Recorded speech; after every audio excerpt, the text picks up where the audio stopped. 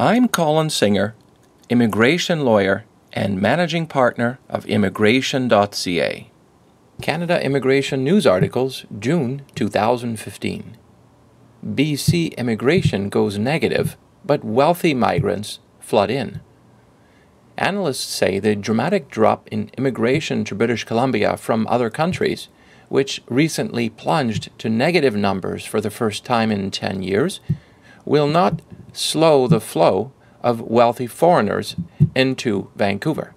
In the fourth quarter of 2014, immigration to British Columbia was down by 3,145 people after a net increase of 18,753 in the previous quarter and an average of 34,000 annually during the past decade. However, an exclusive study of national data shows that hundreds of wealthy foreigners are using a back door to British Columbia without showing up on immigration numbers. The Conservative government set April 1, 2015 as the deadline for the temporary low-skilled workers to leave the country after changing the rules in 2011. Formerly, temporary foreign workers had only to reapply, but new rules require them to leave the country for at least 4 years before reapplying to Canada. The exodus from British Columbia has begun.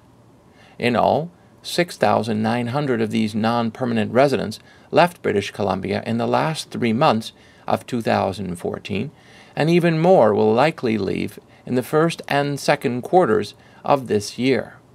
There are an estimated 70,000 temporary foreign workers in British Columbia, third highest among all the provinces.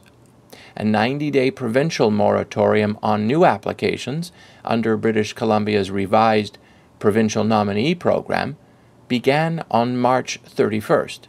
Quebec plans to bring in approximately 5,000 investor immigrants this year, a record amount. Investors loan the Quebec government $800,000 interest-free for 5 years, and in return receive permanent resident visas for their family. The immigrant investor states they will reside in Quebec, but studies show that nearly all investors promptly relocate to British Columbia and Ontario. Between 2005 and 2012, approximately 45,000 millionaire immigrants arrived in Vancouver through the previous federal and Quebec immigrant investor programs. To put this in perspective, the entire United States accepted less than 9,500 high net worth immigrants in the same period under its EB-5 immigrant investor program, representing less than 30,000 immigrants. Source: Business Vancouver.